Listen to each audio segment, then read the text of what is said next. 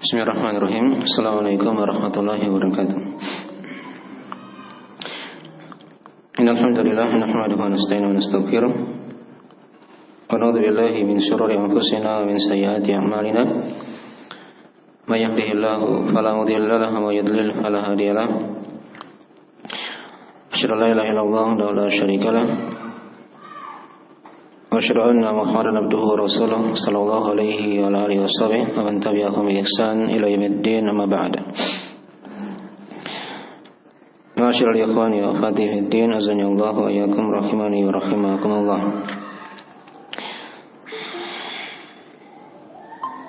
Baik, pada malam ini kita akan lanjutkan dari pembahasan kita mengkaji kitab Fadlul Islam karya Syekh Muhammad bin Abdul Wahhab An-Najdi rahimahullah ta'ala. Baik, dan kita di pembahasan malam ini masih sudah kita selesaikan ya athar yang ketiga dari hadits mu'allaq yang dibawakan oleh Syekh di sini dari riwayat Al-Bukhari dalam Adabul Mufrad. Nah, atau dalam riwayat Al-Bukhari secara mu'allaq tentang dari hadis Ibnu Abbas ya, disambung di Adabul Mufrad ya, dari hadis Ibnu Abbas, ahabbuddin ila Allah al-hanifiyatu as-samha. Nah, agama yang paling dicintai oleh Allah adalah al-hanifiyah as-samha. Ini sudah diterangkan ada 3 keutamaan Islam di sini ya. Sampai saya sebutkan keutamaan Islam di situ dari hadis.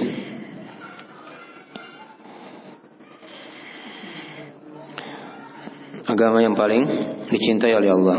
Itu 2 makna ya. Nah, sudah diterangkan penafsiran hadis. Kalau dikatakan yang paling dicintai berarti agama yang lain dicintai juga, tapi tidak seperti Islam. Kalau mana yang kedua, ahabbuddin, di situ bermakna Islam itu adalah agama yang dicintai oleh Allah, berarti selainnya tidak dicintai. Nah, kemudian yang kedua dari keutamaan Islam di hadis tadi, ya, Islam itu adalah agama Al-Hanifiyah. Apa arti Al-Hanifiyah? Sudah diterangkan. Ya, yang condong kepada tauhid, yang mengarah kepada Allah Subhanahu wa taala, meninggalkan kesyirikan. Ya, dari peribadahan kepada selain Allah. Ini dari agama Nabi Ibrahim alaihissalam ya. Ini dari agama Nabi Ibrahim alaihissalam, yang Nabi kita diperintah oleh Allah untuk mengikuti agama tersebut.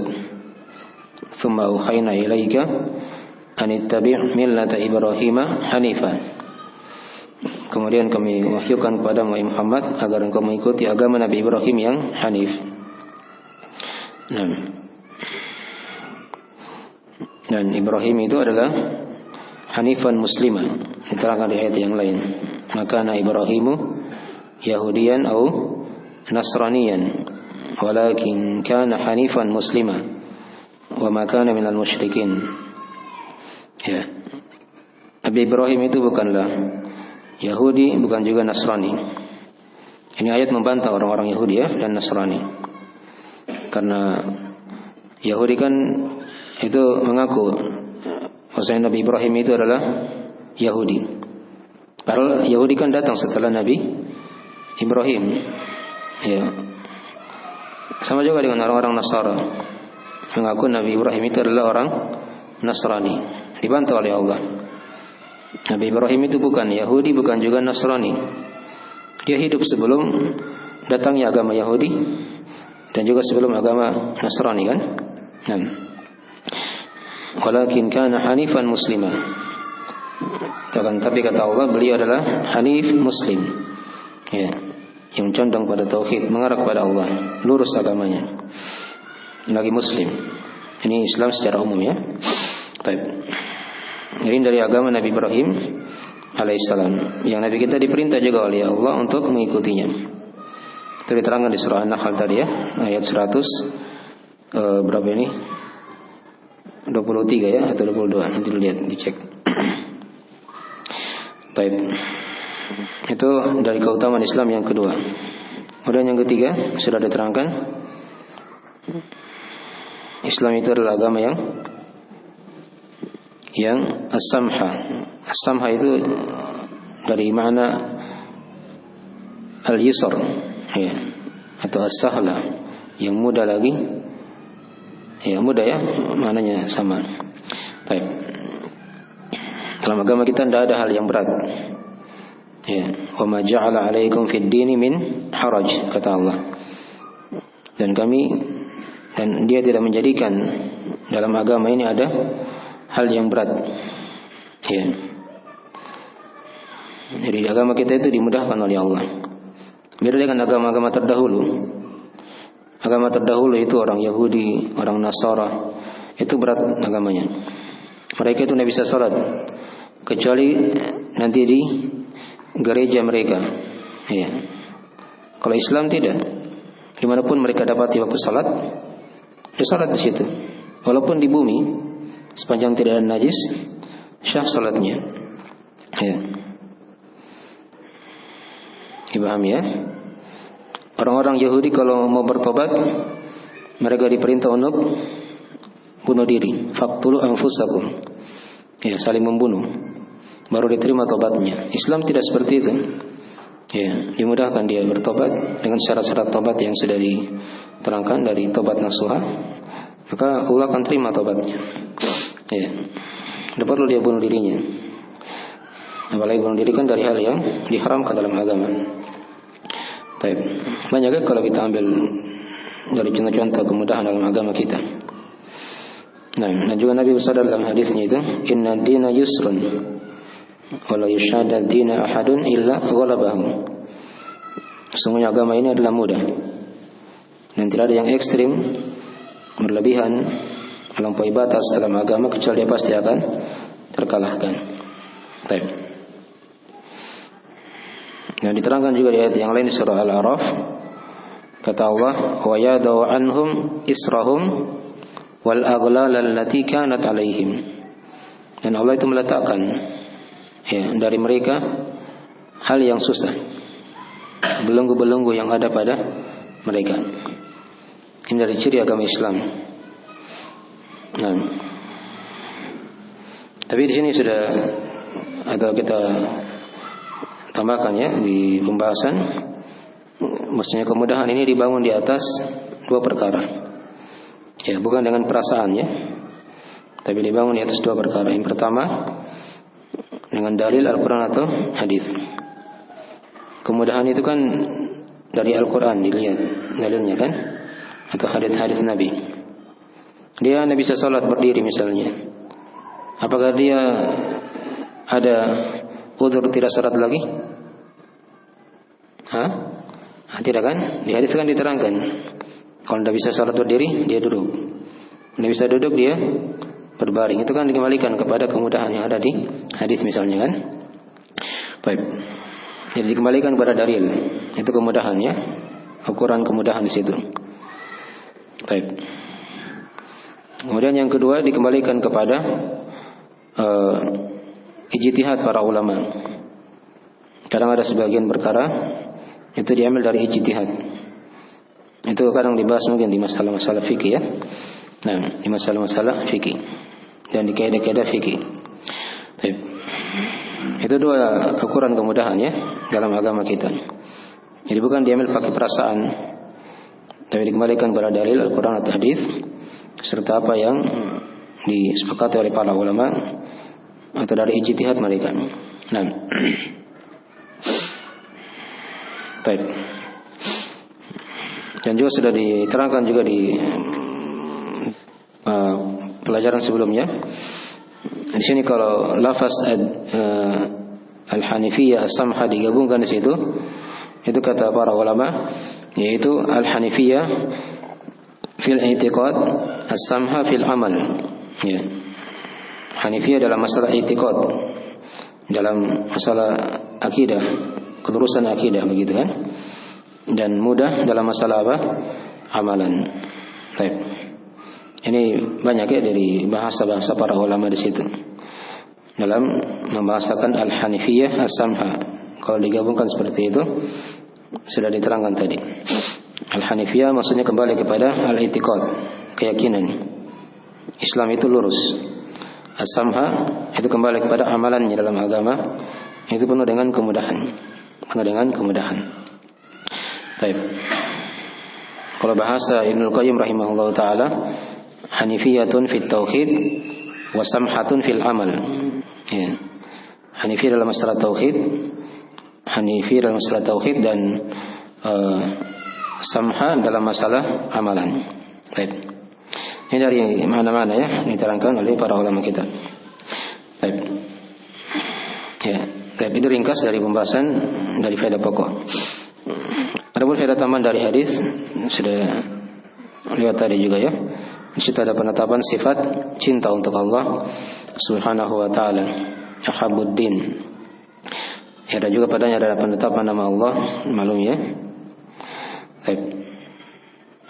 Itu dari sebagian makna kalimat.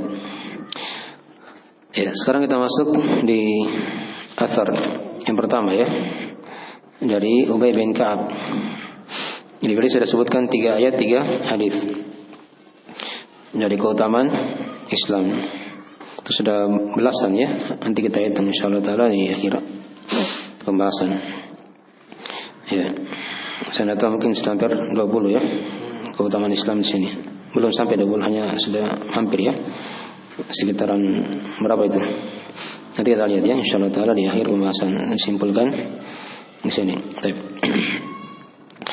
Tapi kita masuk di athar yang pertama dari Ubay bin Ka'ab.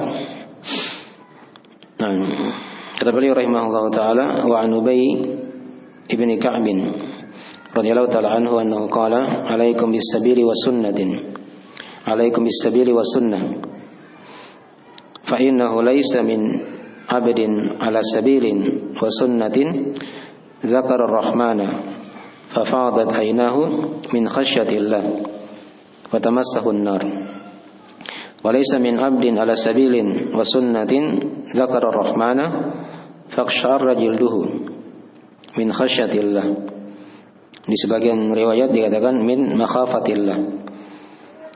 Illa kana mithluhu kamathali syajaratin yabisa waraquha fabayna hiya kadzalika id asabat harrihu fatahatat anha waraquha illa tahatat anhu dhunubuhu kama tahata an hadhihi syajarati waraquha wa inna iktisadan fi sabili atau fi sabilin wa sunnatin khairun min ijtihadin fi khilafi sabilin wa sunnah.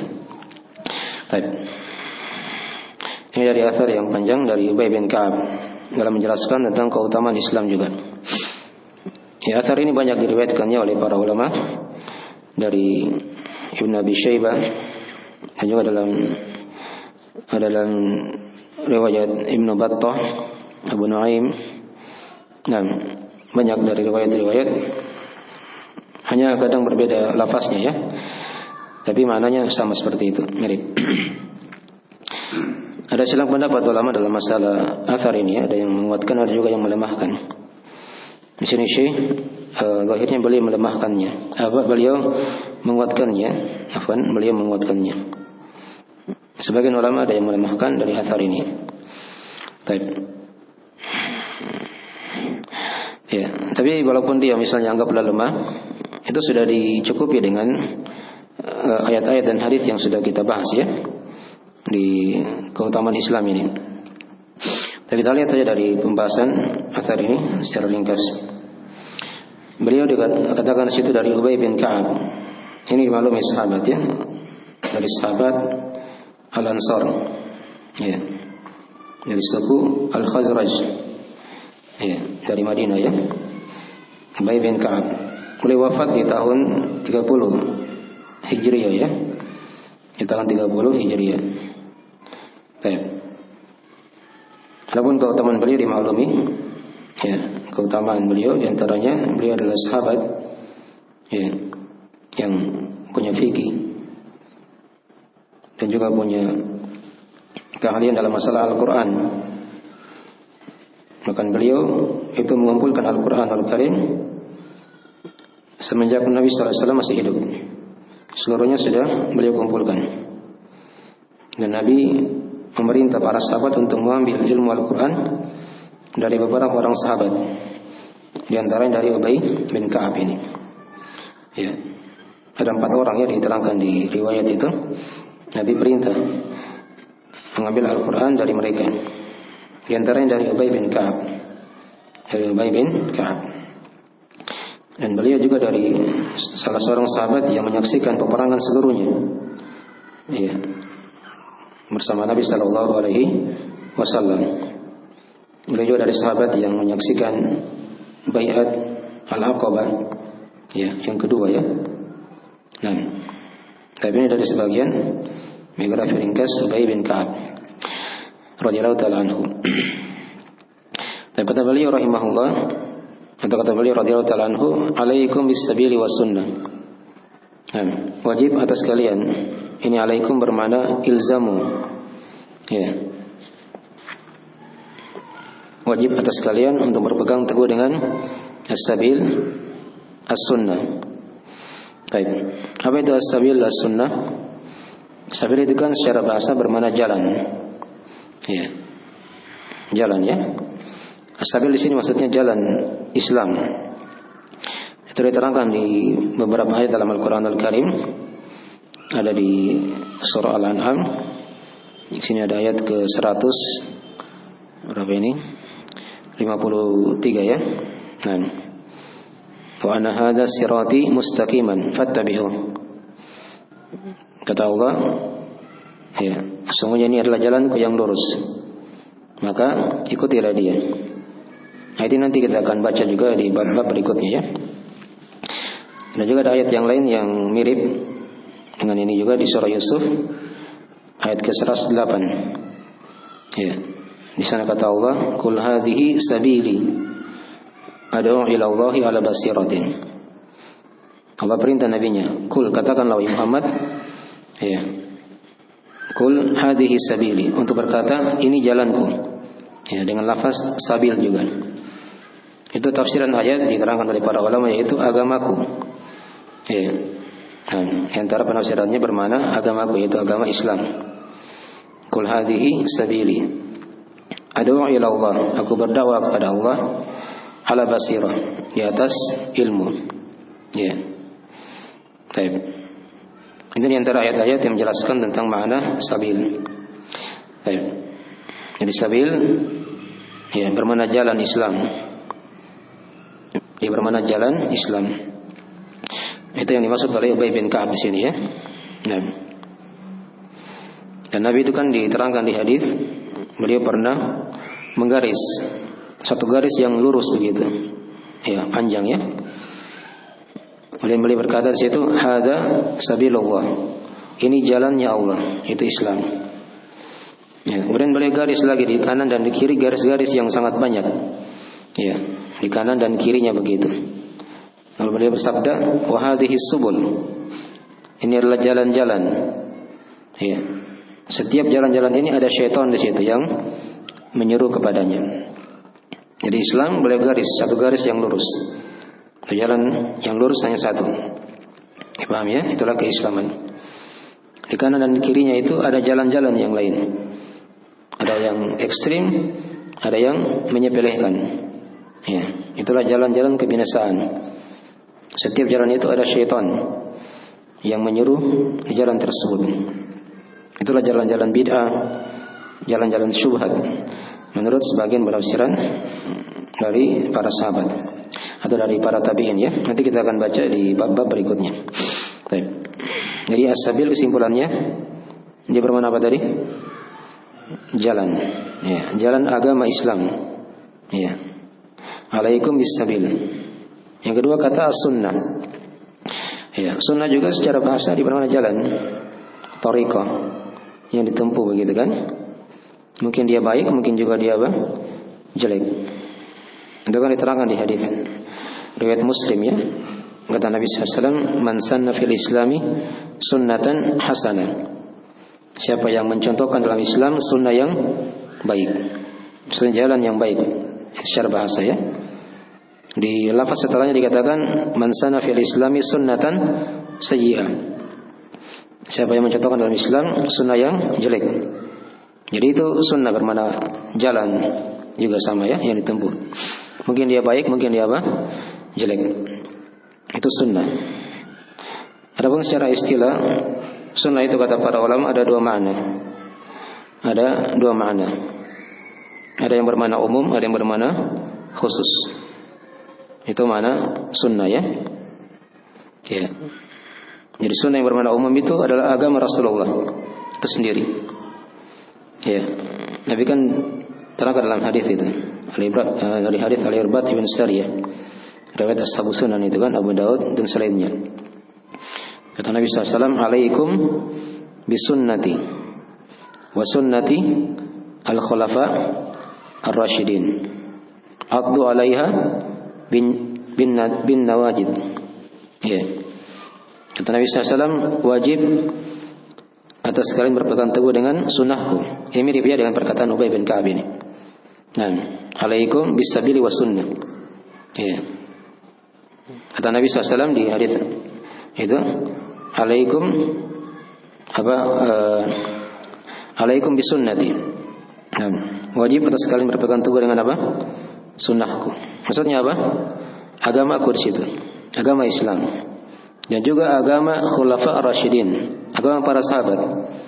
Agamanya Abu Bakar As-Siddiq, agamanya Umar, agamanya Utsman, agamanya Ali. Itu kan khulafa ar-rasyidin.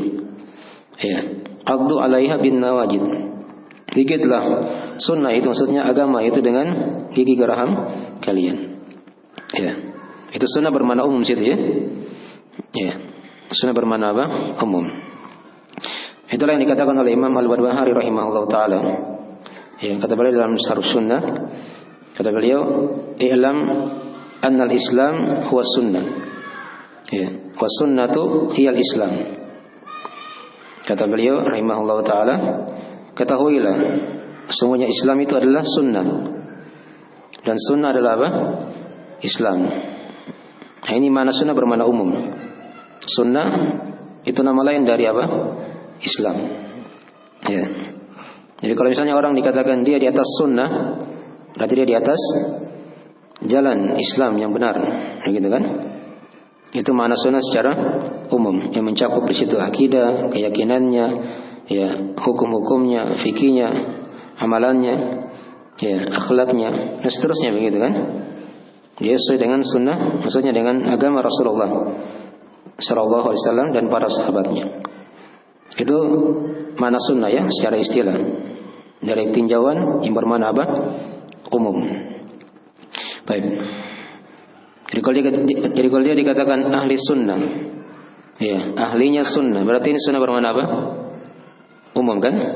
Ya. Ahlinya Islam. Sama saja begitu ya. Nah, baik. Itu yang bermakna umum. Kemudian yang kedua ada sunnah bermakna khusus. Bermakna apa? Khusus. Ini dikembalikan kepada bidang-bidang ilmu yang dipelajari. Ya, ada di bidang ilmu usul fikih, situ ada makna sunnah juga. Ada di bidang ilmu apa lagi? Mustalah hadis, situ juga ada makna sunnah. Ada di bidang fikih, situ juga ada bermakna sunnah. Ada kata sunnah yang dipakai. Tapi seperti contoh di bidang fikih misalnya yang sering kita lewati. Situ kan misalnya ada pembahasan hukum-hukum. Ada wajib, ada sunnah, ada mubah, gitu kan? Ada makruh, ada haram. Apa di sini arti sunnah di fikih? Hah? Dia hukum di bawah wajib, kan begitu? Yang lakukan dapat pahala, yang tinggalkan tidak berdosa, kan sunnah hukumnya. Itu sunnah bermakna khusus ya. Iya. Dan bukan yang itu yang kita maksud di sini di pembahasan athar ini. Karena di sini dia bermakna umum, agama Islam sendiri. Ya. Ada sunnah juga di bidang usul fikih misalnya. Ya. Di bidang usul fikih. Kalau lewat pelajaran usul fikih misalnya ada lafaz sunnah disebut di situ. Dia bermakna apa yang datang dari Nabi sallallahu alaihi wasallam selain Al-Qur'an. Selain Al-Qur'an. Ya. Itulah hadis Nabi sallallahu alaihi wasallam. Ya. Jadi kalau dia misalnya dikatakan Al-Quran dan Sunnah, berarti Sunnah itu bermakna apa? Apa? Hadis, gitu kan? Hadis. Karena yang datang dari Nabi selain Al-Quran itu adalah apa? Hadis, kan begitu? Itu di bidang apa tadi? Usul fikih. Ya. Jadi dibedakan nanti ya. Kalau di fikih tadi Sunnah bermakna apa? Hukum di bawah wajib, dapat pahala dikerjakan, tinggalkan tidak berdosa, kan begitu. Dan kalau di bidang usul fikih lain lagi, sunnah di situ bermakna apa yang datang dari Nabi SAW selain apa? Selain Al-Quran. Baik.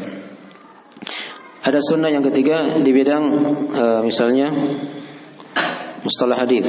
Ya. Di bidang mustalah hadis. Ya, kadang dibahas juga di situ ya. Kalau di situ kadang dia bermakna, para ulama kadang membahasakannya dengan apa yang datang dari Nabi SAW, ya, baik itu berupa perkataan beliau, nah, dari perbuatan beliau, ya, dari takrir beliau, persetujuan beliau, ya, dari sifat beliau, nah, apakah yang akhlak yang terlihat atau yang dari bentuk tubuh beliau, ya, itu dibahas ya di mustalah hadis. Itu sunnah juga, dia bermakna situ. Jadi apa yang dari Nabi SAW dari perkataan, perbuatan, ya, takrir, persetujuan beliau, ya, akhlak atau bentuk dari tubuh beliau sallallahu alaihi wasallam. Mungkin dari mana-mana sunnah ya diterangkan oleh para ulama. Tapi yang kita bahas ini sunnah bermakna umum. Alaikum bisabiri wa sunnah. Ya. Itu bermakna umum ya. Itu jalan Nabi dan para sahabatnya yang mencakup akidah, keyakinan, ya, muamalah, akhlak dan seterusnya. Seluruh pembahasan agama itu dikatakan sunnah semuanya. Dikatakan sunnah. Karena Islam itu adalah sunnah. Dan sunnah adalah apa? Islam. Jelas ya? Baik. Kemudian kata beliau rahimahullah ta'ala, kata beliau masih dari lanjutan perkataan Ubay bin Ka'ab, فَإِنَّهُ لَيْسَ عَلَى عَبْدٍ عَلَى سَبِيلٍ وَسُنَّةٍ ذَكَرَ الرَّحْمَنَ فَفَاضَتْ عَيْنَهُ مِنْ خَشْيَةِ اللَّهِ فَتَمَسَّهُ النَّارُ. Kata beliau, karena sesungguhnya tidaklah ada seorang hamba yang berada di atas jalan dan sunnah ini, dia mengingat Allah Ar-Rahman yang Maha Pengasih. Kemudian kedua, air matanya menetes, nah, karena takut kepada Allah. Itu merupakan dari sebab yang dia dijaga dari sentuhan api neraka. Ya. Nah, ini keutamaan Islam di sini ya. Jadi seorang ketika dia berada di atas jalan dan sunnah, atau bahasa lainnya di atas keislaman yang benar, ketika dia mengingat Allah Ar-Rahman dan meneteslah air matanya, ini dari sebab-sebab dia dijaga dari siksaan api neraka. Ya, dijaga dari siksaan api neraka. Jadi sini dari keutamaan Islam jelas. Yang pertama ya dari athar ini, Islam itu adalah sebab yang mengharamkan seorang dari siksaan api neraka. Ya. Dan nanti akan datang ayat pembahasan ini ya di bab-bab berikutnya. Ya. Islam itu adalah sebab yang menjaga seorang hamba dari siksaan api neraka. Ya. Ini keutamaan Islam di sini ya. Dan ini ada hadis yang mendukung perkara ini ya. Ada diterangkan dalam riwayat At-Tirmidzi. Ya, di mana kata Nabi sallallahu alaihi wasallam, "Ainani la tamassahum an-nar. Ainun bakat min khasyatillah wa ainun batat tahrusu fi sabilillah. Ya. Kata Nabi SAW, ada dua mata yang tidak akan disentuh oleh api neraka. Ya, perhatikan ini ya. Ada dua mata yang tidak akan disentuh oleh api neraka. Yang pertama kata Nabi, mata yang menangis karena takut kepada Allah. Yang kedua, mata yang berjaga di jalan Allah, di peperangan ya. Nah, tapi ingat di sini ya, tidak sekedar menangis saja. Lihat orang-orang Khawarij. Ya, Ibn Abbas itu ketika beliau menjumpai orang-orang Khawarij, beliau takjub melihat apa? Di pipi mereka ada warna hitam karena banyaknya mereka apa? Menangis. Tapi ini tidak ada manfaatnya. Ya, karena mereka tidak berada di atas apa? Jalan dan sunnah, di atas Islam yang benar. Ya. Itu orang Nasrani juga menangis, orang Yahudi juga menangis, ya, penyembah kubur juga menangis, ya. Tapi tidak ada manfaatnya kalau dia tidak berada di atas apa? Jalan dan sunnah. Dipahami ya? Baik. Itu orang sufi juga itu, zikir-zikir, ya, goyang badannya semuanya, tapi menangis juga. Tapi tidak ada manfaatnya karena dia berada di atas selain jalan dan sunnah. Baik, jelas itu ya.